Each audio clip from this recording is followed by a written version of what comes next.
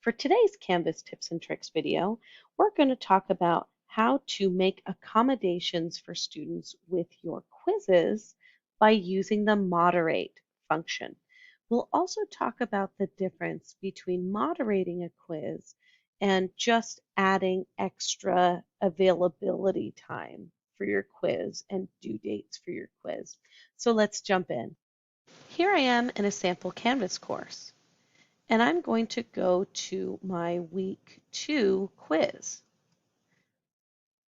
This is an unpublished quiz. That means you don't have the ability to do moderate. So not until my quiz is published will I see the option to moderate this quiz. Now, once you're in moderate, you can give your students extra accommodations. You can give them additional attempts and additional time on their attempts. So let's take a look at this. If I hit this little pencil icon for the Hartnell student account, I can now give them additional attempts. Right now, everyone gets 2 attempts. So I can give them 1 additional attempts. That means they're going to have these 2 attempts plus the additional 1 attempt for a total of 3 attempts. So if I hit save, I'm good to go. This student now has 3 total attempts. Now let's look at a timed quiz to see how we can add additional time using the moderate feature. So let's go into the week 1 quiz and click on moderate this quiz. When I look at my Hartnell student test account, I now can see that everyone gets 60 minutes on this attempt. So if I want to give additional time, I will enter that here. Now, this is deceptively simple.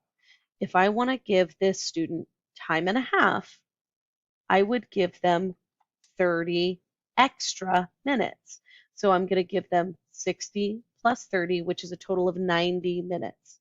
So the first couple of times I did that, I thought that I needed to give them 90 minutes, so I wrote it like this. Now, what you're doing is you're giving them 60 plus 90 minutes. That's not what you need to do.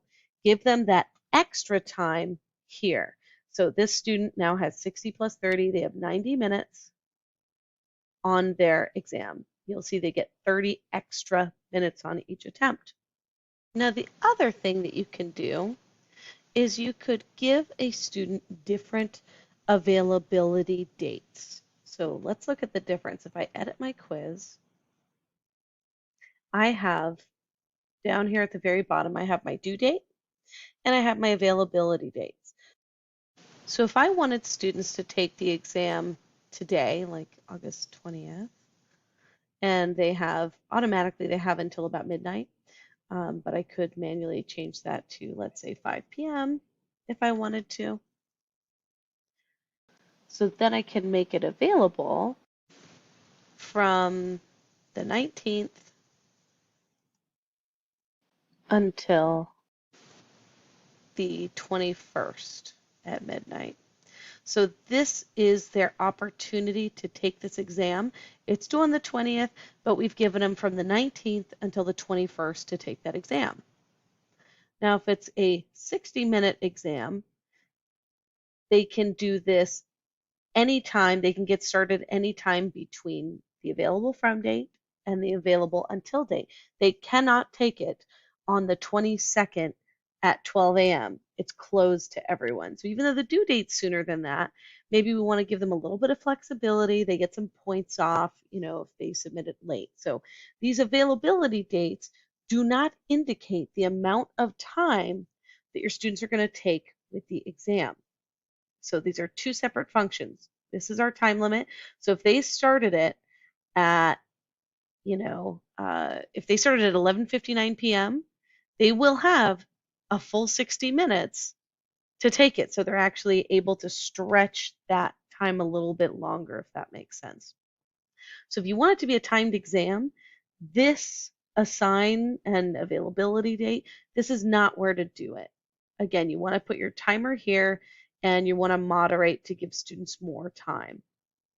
So here this little add button, this gives you the flexibility to leave this exam open for an extra day or two for another student. So let's say we're going to give our Hartnell student, we're going to give them until the 22nd.